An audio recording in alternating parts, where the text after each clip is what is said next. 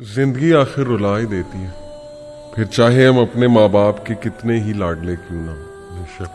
वसीम भाई, ये कोट है इशफाक अहमद साहब का मेरे सामने, तो यहीं से आगाज करते हैं आज की बात का कि डू यू थिंक कि जिंदगी वाकई इतनी मुश्किल है? बिल्कुल। असल में दुनिया की सबसे जो गैर यकीनी चीज है ना वो जिंदगी है, और सबसे यकीनी चीज मौत है।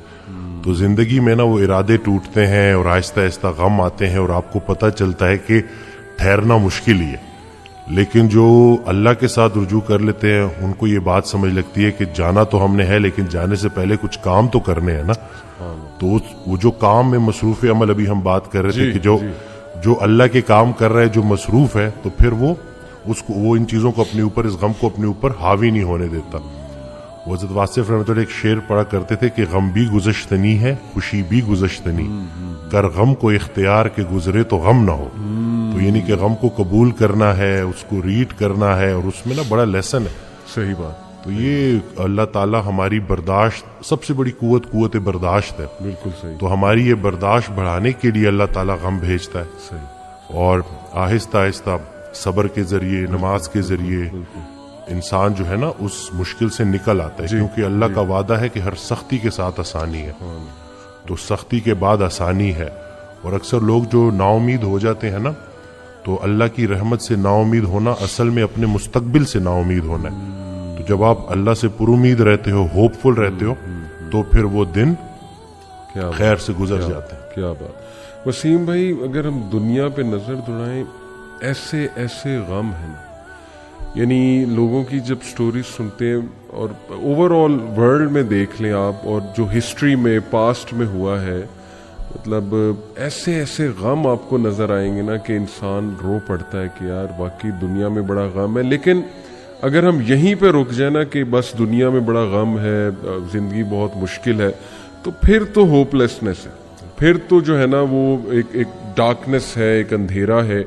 दैट्स व्हाई आई से टू पीपल कि देखो, जो एथिज्म है वो यहीं पे रुक जाता है। बिल्कुल। वो कहता है कि बस we are all here and we are doomed, और बस ठीक है, सफरिंग भी है, केओस भी है, डार्कनेस भी है, अब क्या कर सकते। बट जब तक इस्लाम हमारे पास है ना वसीम भाई, देखें अल्लाह सुब्हानहू व तआला ने पहले ही हमें बता दिया, जैसे आपने कहा ना एक्सेप्टेंस, अल्लाह ने हमें एक्सेप्टेंस दिलाई है कि देखो इसको एक्सेप्ट करो कि ये दुनिया एक मुश्किल की जगह होगी, यहाँ तुम्हें मुशक्कत करनी होगी, स्ट्रगल करनी होगी, वी विल टेस्ट यू। हम देखेंगे तुम में से कौन ईमान वाला है, कभी भूख से, कभी खौफ से, कभी खौफ का इनफैक्ट जिक्र है, खौफ से टेस्ट करेंगे। आई थिंक एंग्जाइटी में खौफ का एलिमेंट काफी जो है वो हैवी हावी होता है। फिर लॉस ऑफ लाइफ से तुम्हें टेस्ट करेंगे, लॉस ऑफ फ्रूट से तुम्हें टेस्ट करेंगे, लेकिन वो बशर स्वाबिरीन। और देखिए अल्लाह ने पूरा तरीका बताया कि देखो ना उम्मीद नहीं होना है। अगर ये प्रॉब्लम्स आ जाते हैं तो फिर अल्लाह तरीका भी बता रहा है कि तुमने होप कैसे पकड़ना। जैसे आपने कहा कि नमाज है, फिर सब्र है, तो how amazing is the philosophy of our religion. बिल्कुल, सुभान अल्लाह। और जो एथियस्ट से जो ना मानने वाला है, वो मैं उसको यही बोलूंगा कि वो बेचारा अल्लाह की नेमतें भी इस्तेमाल करता है और अल्लाह को मानता भी नहीं है। सुभान। ठीक है ना। तो तहकीक जो है ना वो आपको बाद में वहां पे पहुंचाएगी जहां तस्लीम पहुंचाएगी आपको पहले। तो जो सरेंडर करना है ना, यही सब कुछ हमने करना है। एक ऑडियो में वो बयान कर रहे थे हज़रत, तो उन्होंने कहा कि पूरा सरेंडर करना है। तो जवाब आया कि हज़रत इतनी कमजोर सलाहियतों के साथ पूरा सरेंडर कैसे करो। तो उन्होंने कहा कि तुम पूरा सरेंडर करो, तुम्हारी सलाहियतें भी पूरी हो जाएंगी। सुभान अल्लाह। तो ये है कि जब आप पूरा सरेंडर करते हो ना, ये जो अपनी कारसाजी निकालोगे तो कारसाज की कारसाजी समझ आएगी ना। तो ये जो अल्लाह है ना, ये हमारे इरादों को तोड़ता है, और नहीं आती कोई परेशानी उस वक्त तक जब तक वो बड़ी परेशानी को टालने ना आई हो। वो एक वाकया सुनाते थे कि एक बंदा एक अल्लाह वाले के पास जाता है और कहता है कि मेरा मकान नहीं बिक रहा, तो दुआ करें। सही। तो उन्होंने कहा कि नहीं, तुम्हारा मकान नहीं बिकेगा, जाओ। तो वो बड़ा परेशान होता है, फिर दोबारा जाता है, कहते हैं कि आप दुआ करें। कहते चलो मैं दुआ कर देता हूँ। वो मकान बिक जाता है। तो वो उस अल्लाह वाले के पास जाता है और उससे पूछता है कि आप जब मैं पहली दफा आया तो आपने कहा कि मकान नहीं बिकेगा। सही। और जब दूसरी दफा आया तो आपने कहा कि बिक जाएगा। तो कहते हैं कि पहली दफा जब तुम आए थे तुम्हारा माथा रोशन लग रहा था। सही। तुम्हारे माथे पे खुशकिस्मती के आसार थे। सुभान। दूसरी दफा जब तुम आए تو تمہارے ماتھے سے بدقسمتی کے آثار آ رہے تھے، کیونکہ بڑا بدقسمت ہے وہ انسان جس کی زندگی میں اس کا گھر بک جائے.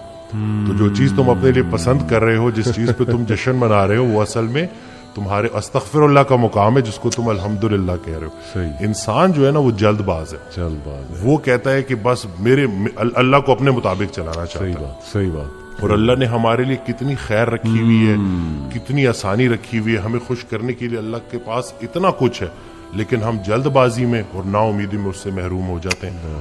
اور شیطان جو ہے نا وہ ہماری رگوں میں خون کی طرح دوڑتا ہے. صحیح. تو اس کا طریقہ واردات ہے ہی یہ وسوسہ دینا. وسوسہ جو ہے نا وہ ایمان کی نفی ہے، اور یقین جو ہے نا وہ وسوسے کو نفی کرتا ہے. کیا بات. تو ہم نے یقین کو پختہ کرنا ہے. یقین نور ہے، شک اندھیرا ہے. تو اسی طرح سے یہ وسوسے کے اوپر سوال کیا گیا تو حضرت کہتے ہیں کہ میرا اللہ پہ یقین بے گماں ہے جو علم بن گیا. تم بھی وہ یقین پیدا کر لو، تمہیں بھی علم مل جائے گا. زبردست. تو یہ جو شک ہے نا، وسوسہ، یہ آج کل بڑا کامن ہے ویری کہ یہ لوگ اسی وجہ سے نا اندھیروں جی میں ہے. جی جی، تو شک کی وجہ سے. بالکل. اچھا، یہ آپ نے جو بات کی نا کہ انسان جلد باز ہے، اس میں مجھے قرآن کی ایک آیت بھی یاد ہے. اللہ سبحانہ و تعالیٰ نے انسان کی نیچر بتائی ہے. سورہ معارج میں اللہ سبحانہ و تعالیٰ کہتے ہیں کہ بے شک ہم نے انسان کو نگرڈلی اور اینکشیس پیدا کیا، جلد باز ہے. جب خیر آتی ہے تو آپے سے باہر ہو جاتا ہے، اور جب کوئی ڈیفیکلٹی آتی ہے تب پینک ہو جاتا ہے. الا المصلین، ایکسیپٹ دوز ہو آفر صلاۃ. یعنی اللہ نے سلوشن بھی ساتھ بتا دیا کہ نہیں، نماز تمہاری ان چیزوں کو چیک کرے گی. سجدہ کرو اللہ کے آگے، اور وہی آپ کی علی بات ہے کہ یقین. اور میں تو سمجھتا ہوں وسیم بھائی کہ ہماری زندگی میں جتنے بھی مسائل آتے ہیں نا، وہ اللہ کی ذات پہ یقین دلانے کے لیے تو آتے ہیں کہ دیکھیں ہمارے ہاتھ میں تو ہے ہی کچھ نہیں. انسان پہ کبھی کبھی ایسا کوئی پرابلم آ جاتا ہے اس نے ایکسپیکٹ بھی نہیں کیا ہوتا. دس از ویئر، جیسے حضرت علی صلی اللہ عنہ نے کہا تھا نا کہ میں نے تو اپنے ارادوں کے ٹوٹنے سے اپنے رب کو پہچانا. تو اگر یہ چیزیں ہوتی نا وسیم بھائی، تو کیسے ہم اللہ سبحانہ و تعالیٰ کو پہچانتے، اللہ کی پاور کا ہمیں کیسے احساس ہوتا. بالکل. اشفاق احمد صاحب کی بات سے آپ نے سٹارٹ کیا تھا، تو مجھے ایک واقعہ یاد آ گیا کہ ایک شخص ان کے پاس گیا اور کہا کہ اشفاق صاحب کوئی زندگی آسان کرنے کی ٹپ دے دیں. تو انہوں نے کہا میں تمہیں موت آسان کرنے کی ٹپ نہ دوں. تو کہتے ہیں چلے وہی دے دیں. کہتے ہیں اگر تم اپنی موت آسان کرنا چاہتے ہو تو جاؤ کسی کی زندگی آسان کر دو. اللہ. تو جو اللہ کا کام کرنے والے ہوتے ہیں وہ گلہ نہیں کرتے، وہ شکر کرتے ہیں اور لوگوں کے کام آتے ہیں. وہ سارے کام جو ہے نا وہ اللہ پہ نہیں ڈالنے، اللہ کے بہت سارے کام ہیں جو ہم نے کرنے ہیں. اور دوسرا یہ کہ خواہشات، یہ جو دنیاوی خواہشات ہیں، یہ جو فانی چیزوں کی محبت ہے، آپ کو جیتے جی فانی کر دیتی ہیں.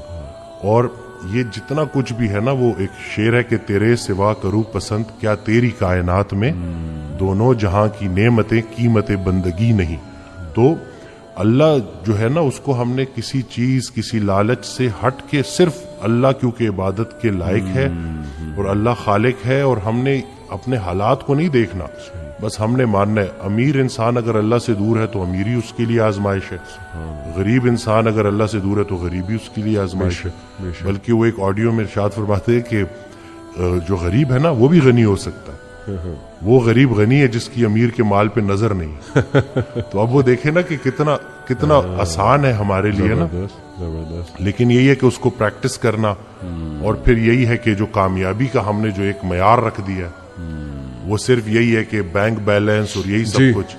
تو انسان بھی بیچارہ نا بڑے بڑے گھر بناتا ہے اور سوتا اسی ایک چھوٹی سی تنگ سی جگہ پہ ہے، بستر پہ، جتنی اس نے قبر میں سونا. اور یہ ہے کہ وہ حضرت کہتے ہیں کہ جو چیزیں تم نے اپنے مرنے کے بعد ویسی چھوڑ جانی، اس کو اپنی زندگی میں کیوں نہ چھوڑ دو. ایک اور جگہ کہتے ہیں کہ جن کو تم نے اپنے مرنے کا غم دے کے جانا ہے، ان کو اپنی زندگی میں تھوڑی خوشیاں تو دے جاؤ.